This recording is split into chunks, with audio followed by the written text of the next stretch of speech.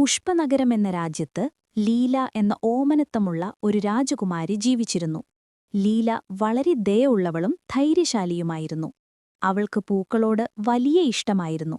പ്രത്യേകിച്ച് കൊട്ടാരത്തിനടുത്തുള്ള വലിയ തടാകത്തിൽ വിരിഞ്ഞു നിന്നിരുന്ന ഒരു മാന്ത്രിക താമരപ്പൂവിനോട്.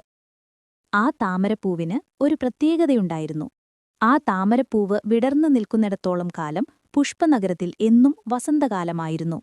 ആർക്കും ഒരു രോഗവും വരില്ല. എല്ലാവരും സന്തോഷത്തോടെ ജീവിക്കും.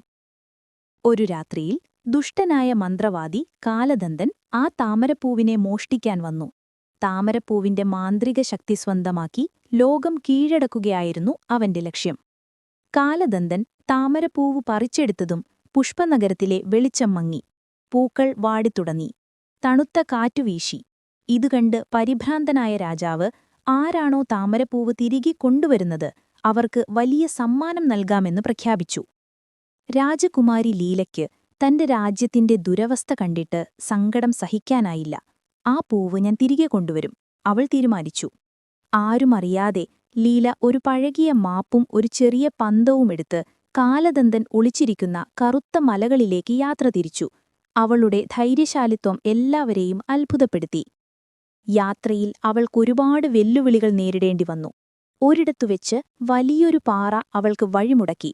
അപ്പോൾ ഒരു ചെറിയ അണ്ണാൻ വന്ന് ലീലയ്ക്ക് ഒരു രഹസ്യം പറഞ്ഞുകൊടുത്തു. പാറയെ പേടിപ്പിക്കുക, അത് വഴിമാറും. ലീല പാറയുടെ അടുത്തേക്കു പോയി ഒരു സിംഹത്തെപ്പോലെ ഉച്ചത്തിൽ അലറി. പേടിച്ച പാറ ഞൊടിയിടയിൽ വഴിമാറി. മറ്റൊരിടത്തുവെച്ച് വഴിയിൽ നിറയെ വിഷമുള്ള ചെടികളായിരുന്നു. അപ്പോൾ അവിടെയുണ്ടായിരുന്ന ഒരു പ്രാവ് പറന്നുവന്ന് പറഞ്ഞു, രാജകുമാരിയുടെ പാട്ടാണ് ഇതിനുള്ള മരുന്ന്. ലീല മനോഹരമായി പാടി. ആ പാട്ടിന്റെ ഈണത്തിൽ വിഷച്ചെടികളെല്ലാം കൂമ്പിപ്പോവുകയും വഴിതെളിയുകയും ചെയ്തു. ഒടുവിൽ ലീല കറുത്ത മലകളിലെ കാലദന്തന്റെ ഗുഹയിലെത്തി. അവിടെ ഒരു ഇരുണ്ട മൂലയിൽ മാന്ത്രിക താമരപ്പൂവ് ഒരു സ്ഫടികക്കൂട്ടിൽ വച്ചിരിക്കുന്നത് അവൾ കണ്ടു. കാലദന്തൻ അവളെ കണ്ടതും ഒരു വലിയ പാമ്പിന്റെ രൂപത്തിൽ അവളുടെ നേരെ വന്നു. ലീല ഒട്ടും പേടിക്കാതെ തന്റെ കയ്യിലുണ്ടായിരുന്ന സ്നേഹം നിറഞ്ഞ ഒരു കളിപ്പാട്ടം പാമ്പിന്റെ നേർക്കെറിഞ്ഞു. അത്ഭുതമെന്നു പറയട്ടെ, സ്നേഹത്തിന്റെ ശക്തി കാരണം ആ പാമ്പിന്റെ രൂപം മാറി ഒരു ചെറിയ പാവയായി മാറി. കാലദന്തന്റെ മാന്ത്രിക ശക്തി അപ്രത്യക്ഷമായി. ലീല വേഗം ചെന്ന് സ്ഫടികക്കൂട് തുറന്ന് താമരപ്പൂവ് എടുത്തു. താമരപ്പൂവ് കയ്യിൽ കിട്ടിയതും പുഷ്പനഗരം വീണ്ടും പ്രകാശിച്ചു.